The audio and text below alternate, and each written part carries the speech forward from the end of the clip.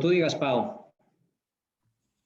Vale, pues bienvenidos todos a un nuevo webinar de tres.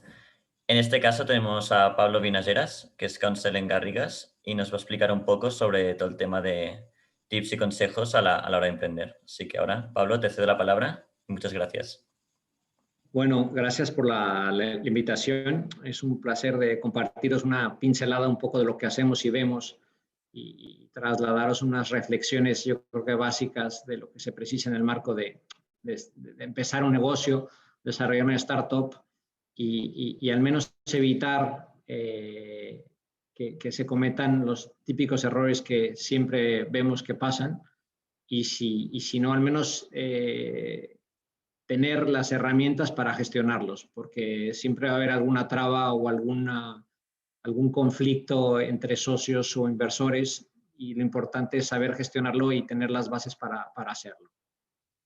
Dicho esto, me voy a permitir compartir con vosotros una presentación un poco como hoja de ruta. Soy antipresentación, pero pensé que tenía sentido en este momento compartiros una presentación para que más o menos todos pudiésemos seguir en la misma línea y la hoja de ruta. Darme 2 segundos.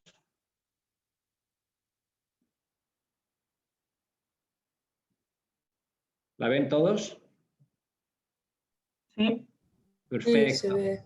Bueno, yo antes de empezar estaba hablando con Pau y unas estudiantes muy ilustres y les dije que mi forma de presentar es un poco atípica porque soy bastante práctico. Entonces, yo preciso que vosotros participéis y agradezco a aquellos que estéis en la cámara que también me dejáis ver vuestras caras porque cuando uno da la clase y puede interactuar virtualmente también se agradece. Dicho esto, tengo una pregunta para todos. ¿Qué veis? La luna. ¿Hay alguien que vea alguna otra cosa? ¿O por unanimidad todos veis una luna? Si queréis también podéis escribir en el chat, chicos.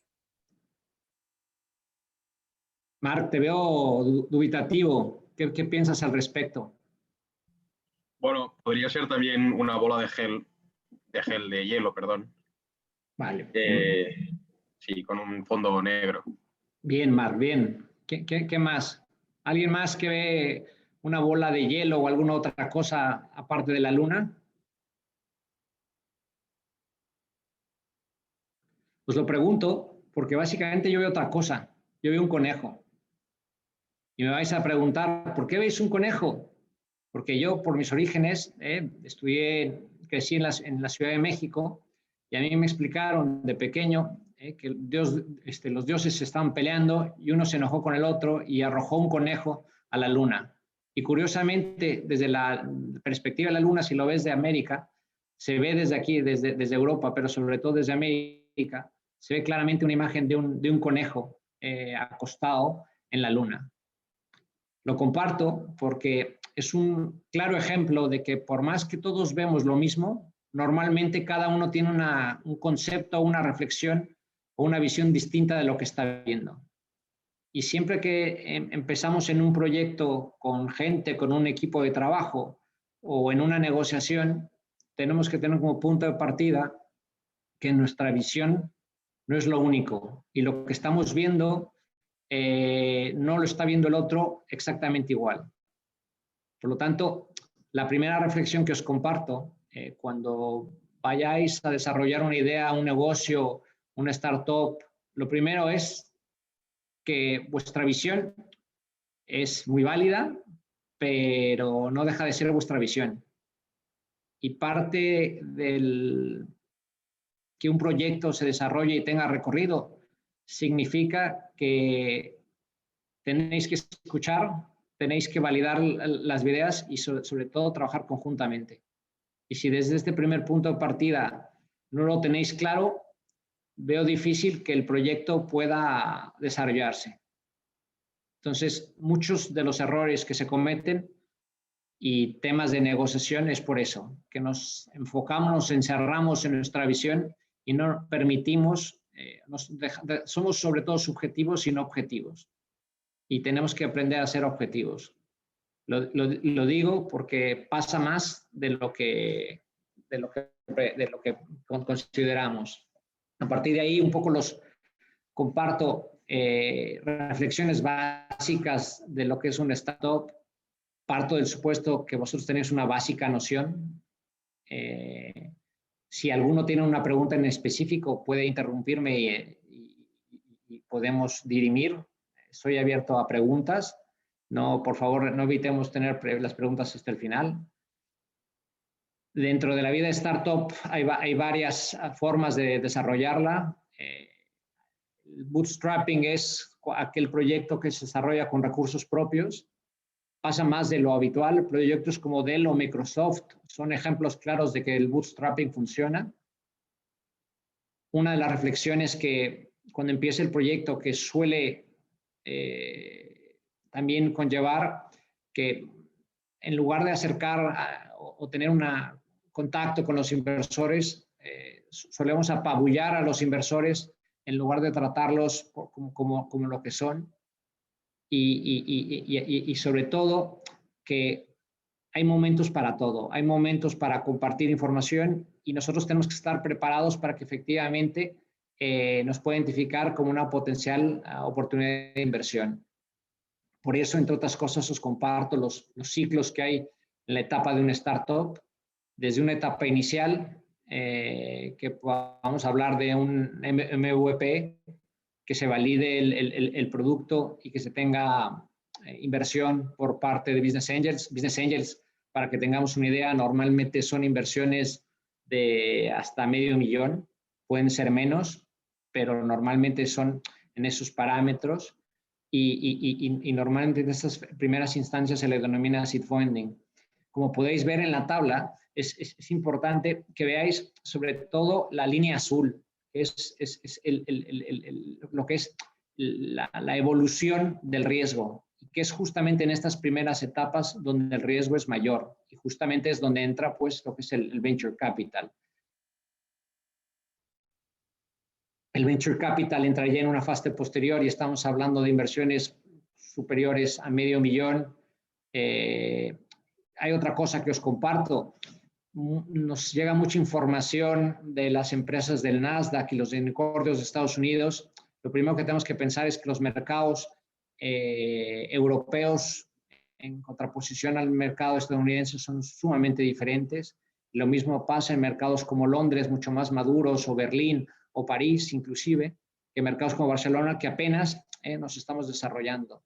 Si queremos entender lo que es el mercado de startups y seguir un ejemplo de un emprendedor, yo creo que el mejor método es el israelí.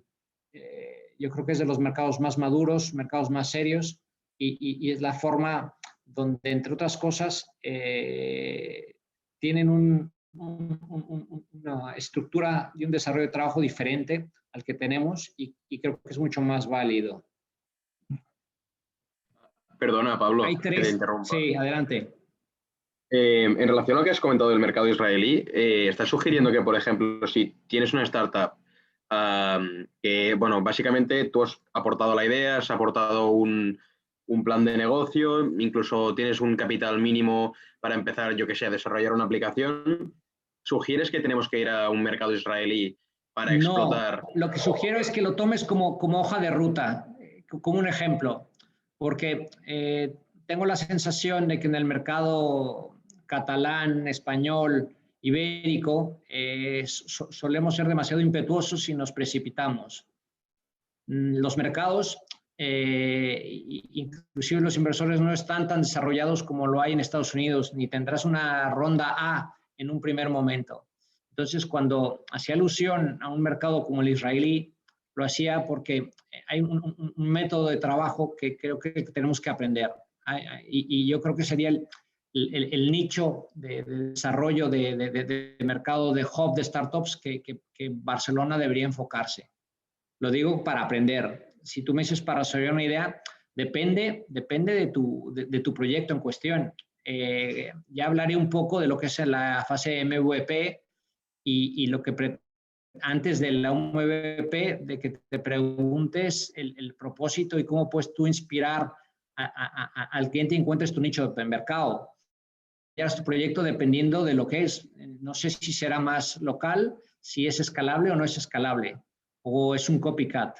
Entonces, dependiendo de cada proyecto, te diré si tiene sentido o no quizá irte a Estados Unidos o permanecer aquí o quizá irte a Londres a buscar.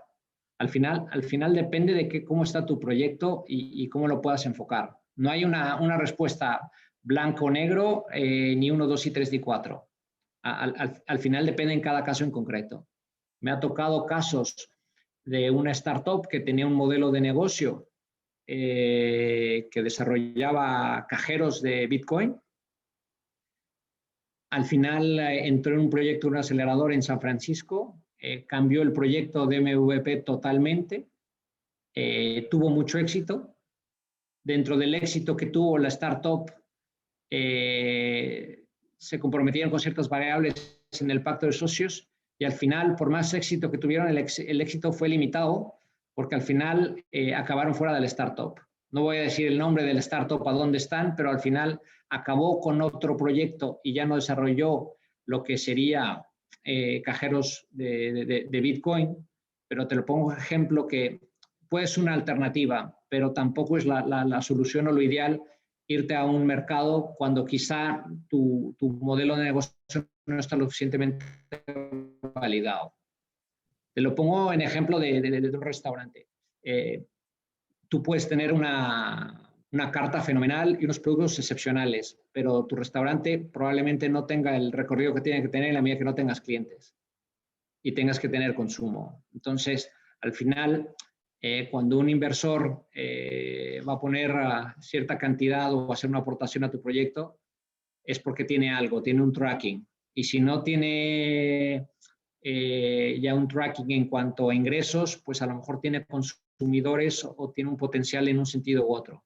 Y son esas variables que tienes que tomar en cuenta y dependiendo del área de la startup para que tú puedas determinar que quizás estás en el mercado correcto o no. Vale, muchas gracias. Quizá me extendí, pero lo que te quiero decir es, hay muchas preguntas o hay que buscar más respuestas más allá de decir un mercado u otro. Sobre esa línea, os compartía, yo creo que tres cuestiones básicas que hay que tener en cuenta, ¿no? Que hay que informarnos oportunamente, hay que tener un mínimo conocimiento, porque nos servirá cuando gestionemos y lideremos un proyecto y cuando también negociemos y llevemos una relación con nuevos socios o inversores. Parte de trabajar en equipo es tomar decisiones y las decisiones se toman desde el día 1 y eso es importante. Os explico un porqué de la toma de decisiones. Tan importante es cuando llegue el momento de constituir, que yo normalmente propongo constituir en un momento ya más maduro, cuando haya recorrido, cuando haya un MVP validado. Yo estoy en contra inclusive de suscribir un pacto de socios desde el momento 1. Todo lo contrario, lo que menos quiero yo es que se incurran en costes. Lo que sí quiero es que se tenga una hoja de ruta. Pero lo que quiero que tengáis claro es, por ejemplo, si hay 2 o 3 socios, lo que yo estoy en contra es de que si ve el capital 33-33-33 o 40-40-20. Tenemos que ser imaginativos y entender qué aporta cada uno realmente al proyecto. Y no solamente qué aporta en el momento 1, sino aportará en el momento 2, 3 y 4. Porque lo que yo pretendo es que los socios, las personas que forman parte del equipo, aporten al equipo de forma recurrente y estén vinculados al proyecto. Y eso hay que tomarlo en cuenta cuando se reparta el capital social y tomemos en cuenta el valor de cada aportación. Entonces, es un ejemplo de que las decisiones en un primer momento son importantes, de las cuestiones de los intangibles, que normalmente es uno de los errores cuando se inicia un negocio, que se desarrolla la aplicación y no tengo ni un contrato básico por el cual cubrir de que efectivamente el proyecto que estoy desarrollando tenga todos los derechos o prerrogativas sobre esa aplicación que se va a desarrollar. Y eso es algo que tengo que tomar en cuenta, ¿no? O que básicamente he desarrollado una aplicación y no he tomado en cuenta el mínimo marco legal de protección de datos, que es bastante rígido, ¿no? Entonces tengo que aprender a darle la vuelta a eso. Y la siguiente o tercera idea que os quería compartir, y me gusta mucho esta frase de Henry Ford, de lo importante que es trabajar en equipo. Y que probablemente el hecho de trabajar en equipo no únicamente nos permita el desarrollo, sino sobre todo lograr los objetivos que tenemos planteados en el proyecto. Y ya me voy a anticipar un poco, pero si hay una de las cosas que tenemos que aprender como emprendedores es adaptarnos, porque el mercado es cambiante y parte de esa adaptabilidad es necesario hacerla conjuntamente y trabajo en equipo. Por lo tanto, esas 3 reflexiones de conocimiento, de saber tomar decisiones y de trabajar como equipo, para mí son bases para un desarrollo ya no próspero, sino bien encaminado. De ahí os comparto una serie de cuestiones que me van a llevar a comentar 2 cosas en concreto, lo que es una term sheet y un pacto de socios, ¿no? Justamente ayer tenía yo una conversación con alguien que tenía una idea y me preguntaba si yo entendía que era el momento quizás de incluir a un inversor. Y le dije que desafortunadamente no voy a explicar el producto que pretende desarrollar, pero lo que le he dicho es que básicamente lo que primero que tiene que hacer es esa fase de MVP, y antes de la fase de MVP, que si no sabéis es simplemente validar el nicho de mercado que pretendéis desarrollar, el producto o el servicio, os recomiendo mucho que leáis a Simon Sinek, que tiene un libro es muy corto y que se llama Start with Why, y te explica, entre otras cosas, cómo tú puedes inspirar a los clientes o a los consumidores a que compren tu producto. Puedes inspirar o manipularlos, puedes manipularlos a través de estrategias de marketing o puedes inspirarlos. No me voy a extender en explicar el libro de Simon Sinek, pero lo que quiero compartiros es que al final lo que quieres es incentivar que el consumidor cree en tu producto. Y un ejemplo de esto es cuando nosotros aprendemos a leer, la gente nos dice, tú tienes que leer porque tienes que leer, pero no nos explica el por qué. Y lo que nos falta es cuando aprendemos es entender el por qué y razonarlo.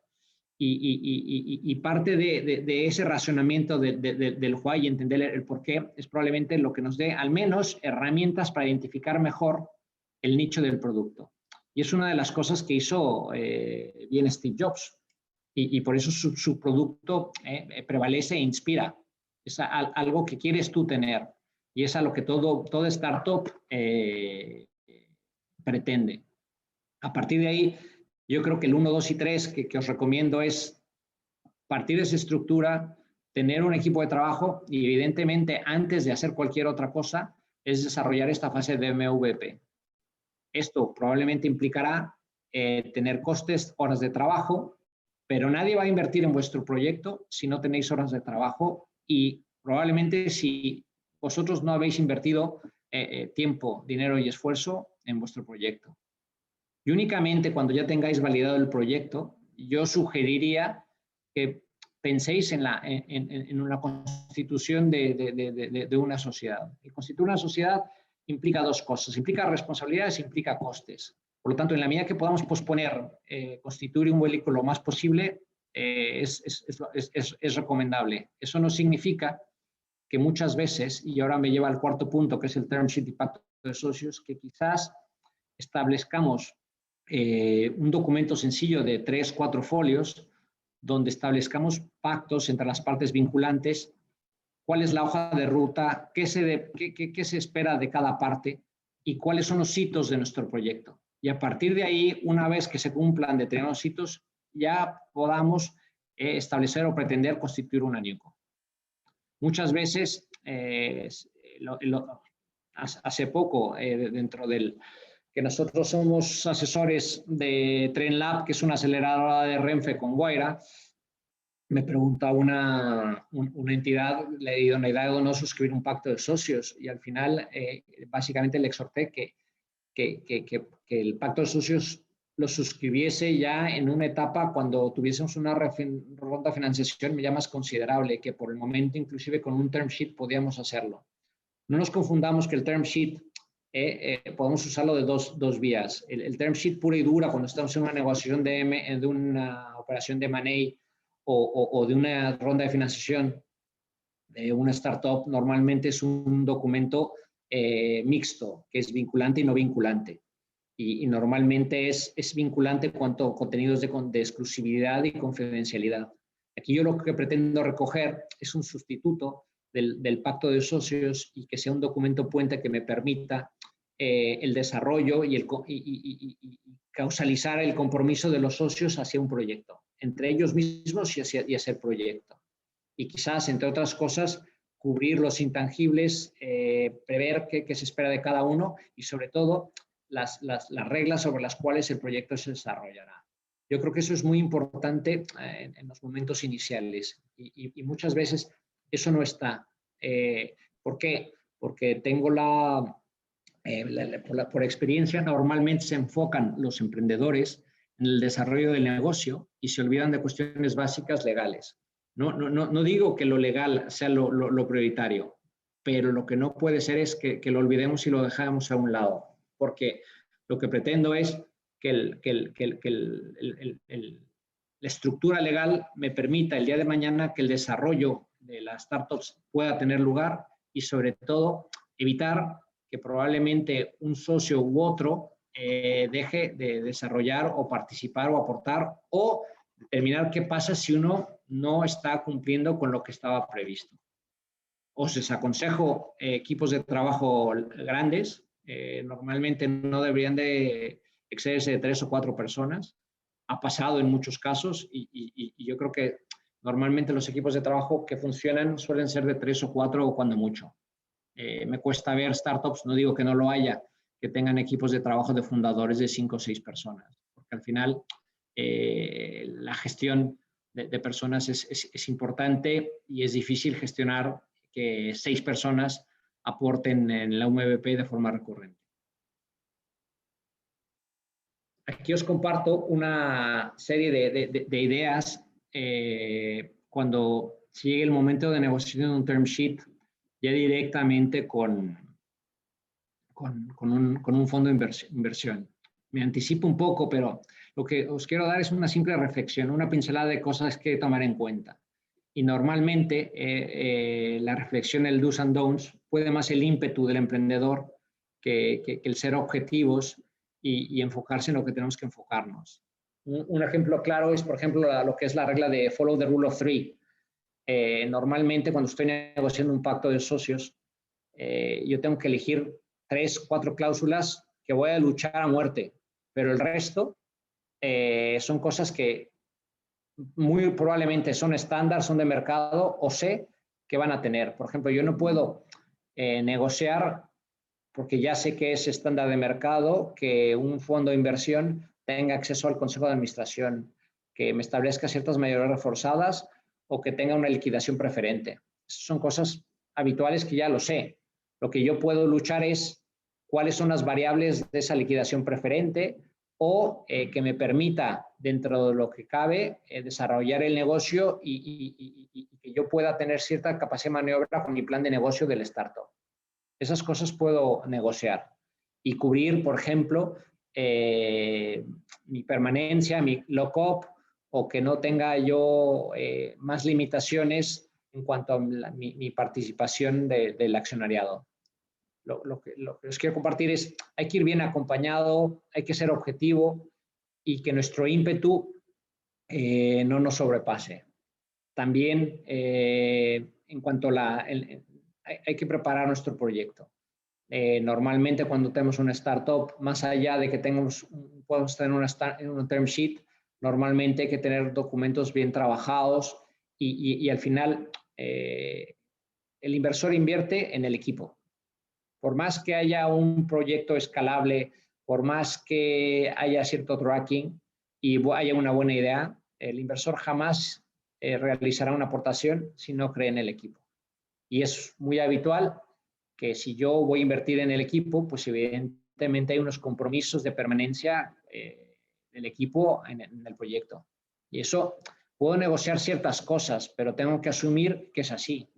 Tengo que asumir que un fondo que pone más de $500,000 o $1,000,000 de euros, pues evidentemente tiene ciertas prerrogativas y tengo yo que asumir las reglas del juego. No estoy diciendo que asumamos absolutamente todo. Me ha pasado directamente con otra startup que dijo que iba a invertir y al final realizó la due diligence y le dijo, mira, yo solo voy a invertir si me das el control de determinado porcentaje de capital. Y al final, evidentemente, la startup le dijo, no, lo que no te puedo dar es mi compañía cuando tú me estás invirtiendo una aportación que ni con mucho es lo que yo preveía. Entonces, son cosas que hay que tomar en consideración. Os dejo este slide, no para hablar en detalle porque tenemos poco tiempo, pero para que tengáis una idea de las cosas que se hacen o no hacen en el marco de una negociación. Hay que estar preparados en la negociación, pero no hay que abusar de la misma. Y básicamente, para daros una pincelada de un pacto de socios, es importante el pacto de socios y yo creo que es el marco o el documento, si no prioritario, es el documento cauce que va básicamente a regular las relaciones entre las partes y sobre todo permitirá solventar de la mejor forma posible algún contratiempo o las situaciones incómodas que suelen pasar en la vida de las sociedades. El hecho que desarrollamos un proyecto pues puede ser positivo, puede ser fenomenal o no. Nosotros hemos participado en startups catalanas y por deciros 3 ejemplos, son diferentes, pero que han tenido éxito. Uno es eDreams, que ha llegado a cotizar y ha tenido sus cuestiones después de cotizar. El mercado ha cambiado, ya las necesidades del mercado son diferentes y ya se ha tenido que adaptar, pero sigue cotizando. Otro ejemplo es Fractus, que hacía antenas de teléfono y ha tenido momentos complicados como todo negocio, pero sigue desarrollándose, inclusive ha tenido un spin-off. Y otro ejemplo de startup que probablemente vosotros por la edad no la tengáis en la mente, pero fue ImSound que desarrolló la fundación de la Pompeu Fabra y entre otras cosas lo que desarrollan es el sonido inversivo. Para que tengáis una idea de lo que es el sonido inversivo, es la diferencia en ver televisión HD y no HD, lo mismo en el sonido. Y ellos, entre otras cosas, lo que pretendían era competir con Dolby. Y no estaban haciendo mal los deberes. Y cuando estábamos en una ronda de financiación, al final lo que vino es Dolby y compró a ImSound. Y absorbió a ImSound y entonces se quitó un competidor. Pero, y sobre todo, en ese caso de éxito, todavía me acuerdo que yo hablé, en su caso, con el general manager y me dijo tiempo después que probablemente si hubiesen hecho los deberes mejor, probablemente hubieran sacado más provecho o el rendimiento de los sales proceeds hubiesen sido mayores. Por lo tanto, inclusive en los casos de éxito, siempre hay que hacer los deberes y estar bien informados y hacer lo mejor posible las cosas. Entre todo esto, básicamente simplemente es una tabla que os reflejo lo que precisa el emprendedor en el marco de un pacto de socios, que normalmente son la recepción de fondos, obtener la experiencia de los negocios del inversor. En un caso de un business angel, probablemente la intervención e involucración será mayor, pero lo que pretende también es controlar el proyecto. Y sobre todo, la idea es que el interés de la sociedad prime. Mientras tanto, el inversor quiere dar unos rendimientos a su inversión. Normalmente son rendimientos a largo plazo, y si no son a largo plazo, 5 a 7 años. Que la tecnología efectivamente esté, y normalmente cuando unos fondos hacen una due diligence, y por eso hago tanto hincapié de hacer los deberes legales, es porque si no protegemos los intangibles, no establecemos la mínima estructura legal, probablemente el valor de la compañía será menos o no tendrá el valor que pretendemos. Y evidentemente querrá participar el inversor en el control de las decisiones. Y por último, que ya os anticipé que normalmente unas cláusulas que el inversor o el fondo de inversión desarrollan o pretenden incluir, que es la liquidación preferente, que es regular el retorno de su inversión. Un pacto de socios pretende, y me voy a anticipar, regular lo que es la montaña rusa del emprendimiento. Os lo pongo de una forma muy gráfica. Tiene de todo tipo de momentos, y es como en la vida. Y el pacto de socios es un contrato de trato sucesivo y tiene que incluir todos y cada uno de los escenarios, tanto positivos como negativos.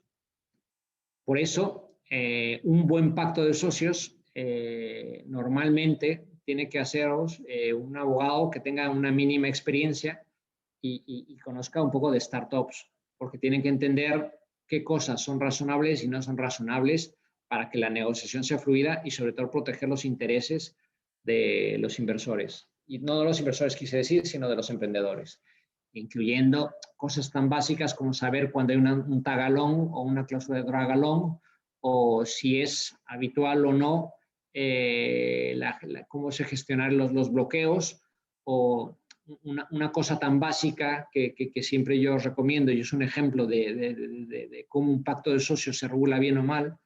Cuando yo he leído cláusulas de drag along que no tienen unos parámetros de salida y simplemente otorgan el derecho de vender las participaciones sin un retorno mínimo. Os sorprenderá que esas cosas pasan. Entonces, esas son de las cosas que hay que regular, negociar a muerte y tener claro cuándo va a haber un drag along por parte de los fondos o inclusive de un fundador o de alguien que tenga un mandato para vender la sociedad. Cosas que se incluyen en el pacto de socios, desde cómo se va a financiar la empresa, hay diferentes alternativas, el plazo de la inversión, normalmente el tema de beneficios, se establece que no va a haber beneficios y que se va a reinvertir todo, y todo eso se tiene que regular en los estatutos. Criterios para la aprobación y de aprobación de proyectos, aquellos de que ya tengas vais adelantados en el grado que estáis estudiando, sabéis que existe el 160, probablemente se reforzará lo que es activos esenciales y causalizará qué proyectos tienen que tener el visto bueno o no de ciertos miembros de un consejo de administración, en el caso de que hay inversores o en su caso de los socios.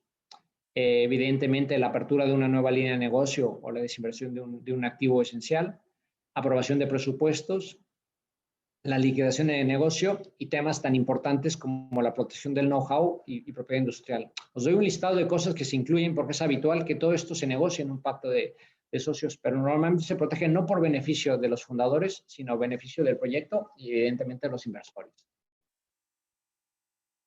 ¿Por qué es importante el pacto de socios? Os paso un ejemplo de cosas por qué es importante. Y ya no estoy entrando a temas legales, que os explico de la oponibilidad y que efectivamente tenemos que intentar meter en el pacto de socios todo, porque desafortunadamente por el tema de la rigidez del derecho societario, no podemos reflejar todo en los estatutos. Pero reflexiones del inversor y de otros fundadores es qué pasa si un fundador abandona el proyecto, qué pasa si un socio se va a la competencia, qué pasa si un socio inicia un proyecto similar, cómo gestionamos la entrada de nuevo socio, ¿nos es suficiente lo que está previsto en la ley de sociedades de capital para la entrada de nuevo socio o no? ¿Qué sucede si se cumple un plan de negocio o no se cumple el plan de negocio? ¿Podemos quitar al que lleva la gestión, al CEO de la compañía, si no se están cumpliendo los hitos del plan de negocio? Tenemos que establecer los métodos de la mejor y pacífica convivencia entre los socios y en la medida posible prever conflictos. Al final, lo que deja de ser un medio en virtud del cual todo el mundo tiene que alinearse y desarrollarse. Y es un abanico de cuestiones que tenemos que recoger. Creo que cometeríamos un error en hacer un simple cut and paste de un pacto de socios, pero os comparto cosas que suelen ser incertidumbres y que hay que reflejar. Y que en un primer momento, cuando estamos desarrollando el proyecto, probablemente no lo tengamos en cuenta. Y estamos pensando más en el proyecto que en cubrirlo. Yo por eso sugiero que el pacto de socios lo tengamos en cuenta, pero quizá no sea de nuestras prioridades. Quizá es el paso 5, pero antes del paso 5, evidentemente tengo que tener un MVP, un term sheet entre los socios y que efectivamente pueda llegar al hito de que ya tengo una sociedad que tenga constitución y tenga un cierto tracking para que el inversor pueda invertir. Ahí quizá vale la pena ya suscribir un pacto de socios en detalle y desarrollarlo.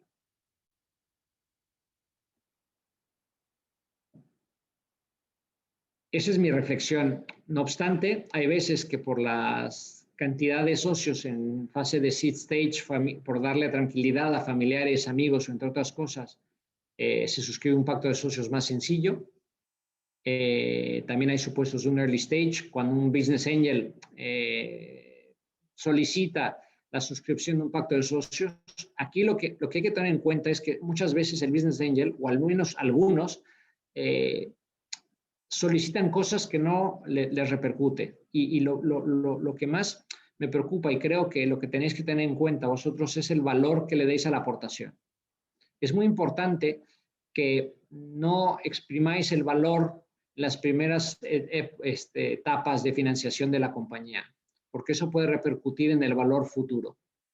Y que efectivamente le deis el valor que tenga a la compañía. Porque hay veces que se trata de decir, mi compañía vale 1 millón. ¿Vale en verdad 1 millón?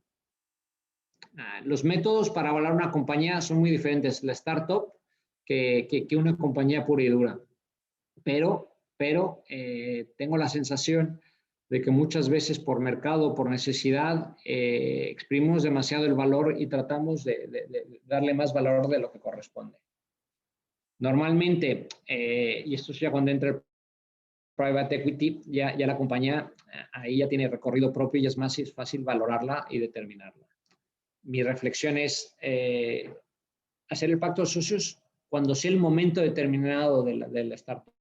Ni es mejor ni peor hacerlo en un seed stage o ya en una primera ronda de financiación. Está claro que cuando una ronda de financiación, una serie A, lo haréis.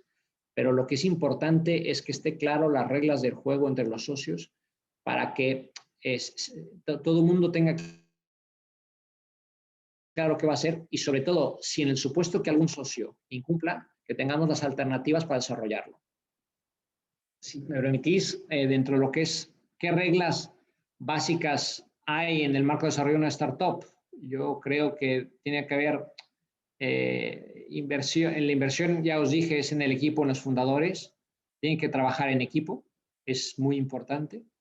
Tiene que haber la seguridad en el entendido de que no se nos pueden olvidar los aspectos legales. Los intangibles tengo que protegerlos, y más cuando estamos hablando de aplicaciones en esta fase de la transformación digital en que vivimos.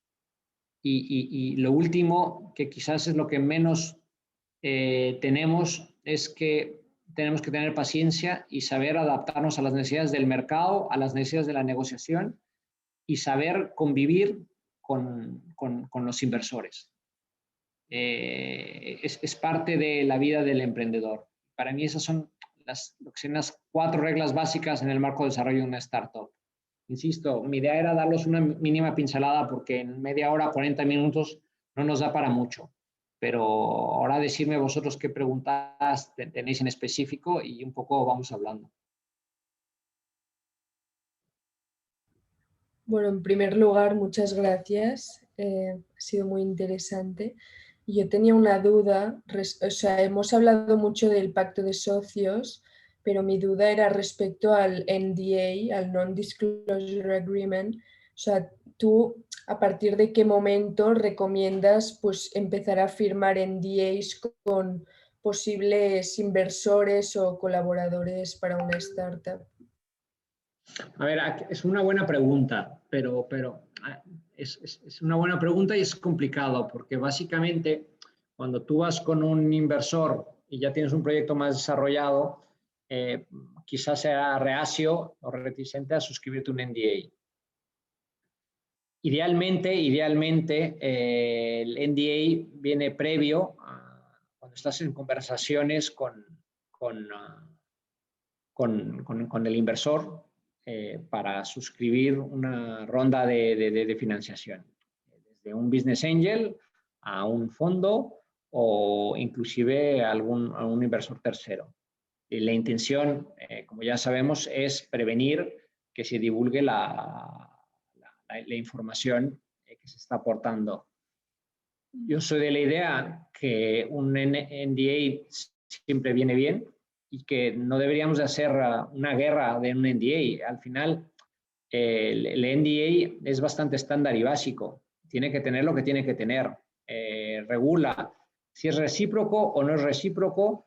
Regula en los supuestos que la información confidencial deja de ser confidencial porque un juzgado te lo solicita, porque ya es del dominio público, pero no debería de preocuparse alguien de suscribir un NDA. Me preocuparía a veces que alguien no lo suscriba, aunque entiendo que fondos, por la cantidad de proyectos que ven, dependiendo de cuándo suscriban el NDA, quizás sean reticentes. Yo creo que se entiende y es necesario la suscripción de NDA previo a la suscripción de un term sheet o en el marco de un term sheet. Vale, muchas gracias. Eso sí si te tenéis digo, preguntas... que el NDA, por ejemplo, y perdón, se me ocurre una reflexión adicional. Si tengo un freelance que me está desarrollando una app o estoy en conversaciones o con alguien que probablemente le estoy pensando dar algún incentivo o darle una aportación en lo sucesivo, pues evidentemente un NDA es más que bienvenido. Me estaba yo enfocando más a la ronda de inversión y a la reticencia a veces de los fondos de suscribirlo. Pero evidentemente el NDA no está de más. Lo que sí tampoco tenemos que hacer una guerra y yo creo que todo el mundo tiene acceso a un NDA bastante estándar.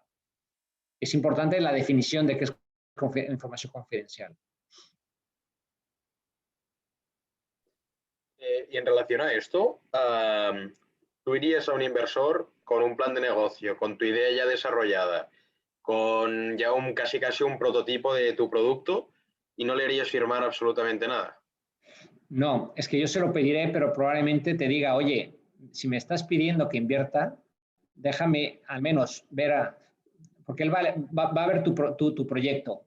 No vas a darle más información que la de tu proyecto y como el tuyo habrá varios. Entonces, me imagino que un fondo de inversión serio pues será reticente en firmarte algo cuando te está haciendo el favor de mirar si invierte o no en tu proyecto. Entonces, es lo que hay que poner un poco en el balance. Una cosa es eso, de cuando te estoy dando una información básica de lo que es mi proyecto, y otra cosa es ya en negociaciones de una term sheet. Evidentemente, cuando ya das el siguiente paso, tú al momento de vender el proyecto y explicarlo, pues tienes que compartirlo. Pero lo que creo que es implícito que desafortunadamente cuando yo explique mi proyecto, no pretendo que todo mundo que conozca mi proyecto firme un NDA. Vale, o sea, hay que medir me voy a entender tú tomas Coca-Cola sí. Y sabes la existencia de Coca-Cola. Sí. Y inclusive sabes un poco cómo sabe, pero no sabes la fórmula. No. ¿Sabes lo que quiero decir? No, pero porque yo no voy... La fórmula está protegida por un tema de confidencialidad y por eso está protegida a largo plazo, pero existe y sabes un poco de qué va el producto. Tú no le vas a explicar las entrañas del producto, pero sí le vas a explicar un poco las líneas básicas del producto o el servicio que pretendes. Vale. O sea, una cosa no lleva a la otra. Son momentos donde se tiene que suscribir la NDA. Y por ejemplo, otra cosa que va un poco en la línea es la confidencialidad en el marco del pacto de socios y el tema de la no competencia. Porque ¿qué información va a utilizar si es un fondo de inversión que no lo utilice para otra startup? Son cosas que hay que regular muy en detalle dependiendo del producto y del proyecto en cuestión. Vale.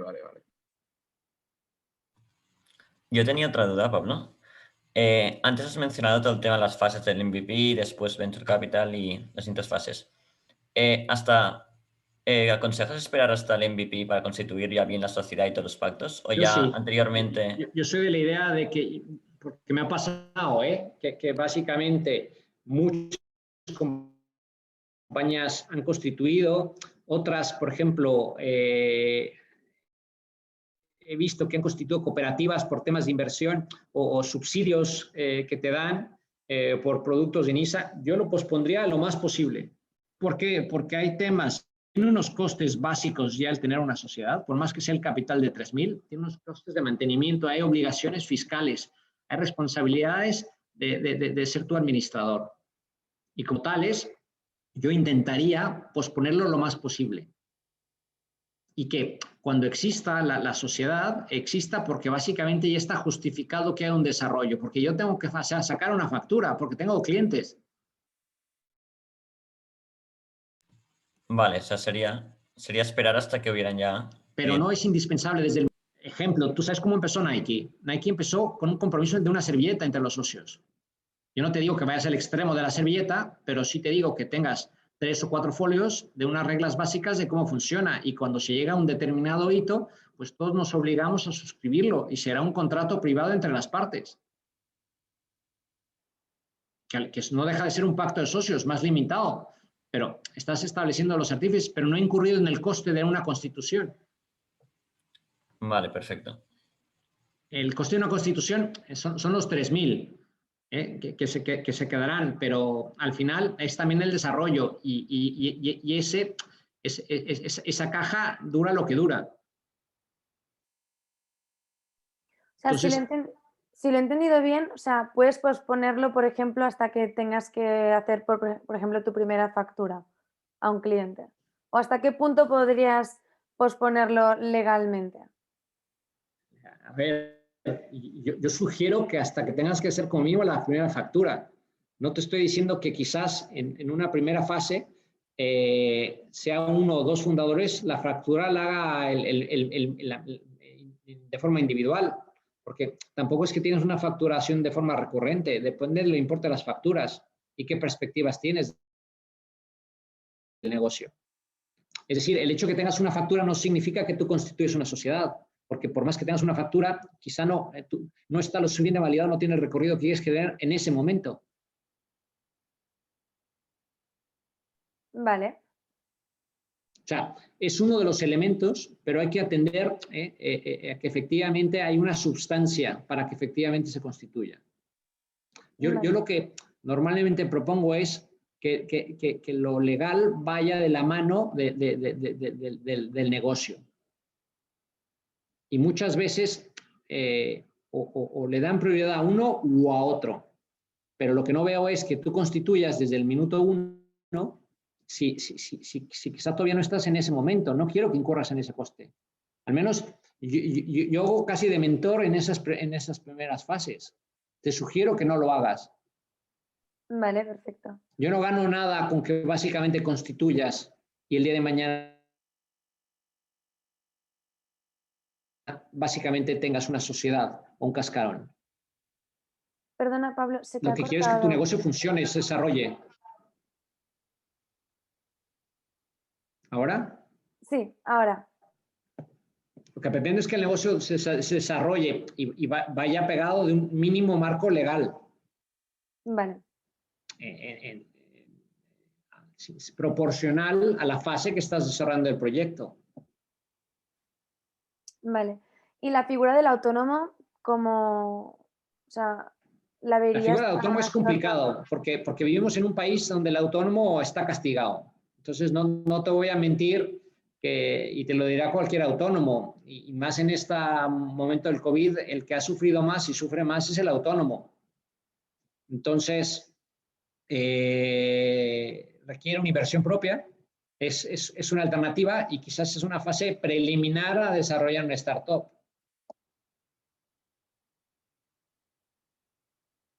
Pero la figura del autónomo, desafortunadamente, una de las cosas que hace falta en este país, desde mi perspectiva, es en verdad que exista un incentivo o una ayuda a los emprendedores. en mercados más maduros, como lo hay en, no sé, en el Reino Unido, evidentemente en Estados Unidos o quizá en Alemania, ves cómo quizá puedes constituir, porque las ayudas, quizá no tienes que pagar impuestos hasta determinado momento. O quizás el método de incentivo es que efectivamente es distinto a que te den un préstamo en ISA. O que te digan, oye, mira, dentro de mi proyecto de Barcelona Activa, básicamente te cedo mi oficina. Quizá no es lo que yo necesito para empujar y desarrollar mi negocio. Y eso pasa, entre otras cosas, de incentivar o al menos encontrar el encaje de la figura del autónomo y fomentar la emprendeduría, que creo que es uno de las grandes lagunas que hay en nuestro sistema. Y no podemos decir o apostar por el mundo del emprendedor cuando desafortunadamente el autónomo tiene las carencias que tiene. Vale, perfecto. Muchísimas gracias. Yo tenía una pregunta de todo esto que has mencionado sobre pues cómo se tiene que llevar un negocio y demás, ¿también se aplicaría exactamente igual si fuera un negocio 100% online, es decir, como un e-commerce? Sí. Lo que cambiaría, yo creo que la hoja de ruta es similar. Lo que cambiaría en un e-commerce es que tú tienes que tener otras obligaciones en cuenta, como temas de datos, temas de consumidores, que se me ocurre, es que depende de lo que hagas tú, si es e-commerce puro y duro, pues es tema de datos, consumidores y que tú, me imagino, no sé si lidies con una entidad de pago o no externa, son cosas que tienes que lidiar. Quizá las obligaciones puede haber obligaciones adicionales, pero la estructura es idéntica. Es decir, el desarrollo de una sociedad, independientemente de cuál sea su objeto, su actividad, sea más o menos ligada a la innovación o al e-commerce, tiene que tener esa estructura básica, porque es lo que regula el funcionamiento entre los socios. Y en todo caso, está muy limitada porque el derecho societario es sumamente rígido. Entonces, nos vemos abocados a un pacto de socios para poder reflejar la realidad del negocio. Porque si nos quedamos con los estatutos, pues tendremos el domicilio social, el régimen de transmisión es básico, si hay dividendos o no hay dividendos, si hay remuneración de la organización, cuál es la forma de la organización y nada más. Pero no se refleja cómo protegemos los intangibles, supuestos de un dragalón o tagalón normalmente, porque eso cuesta a veces inscribirlo en el registro, entre otras muchas otras cosas. Ok, muchas gracias.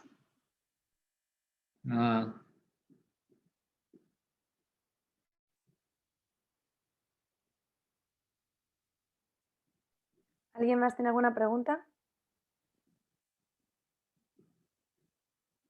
¿No?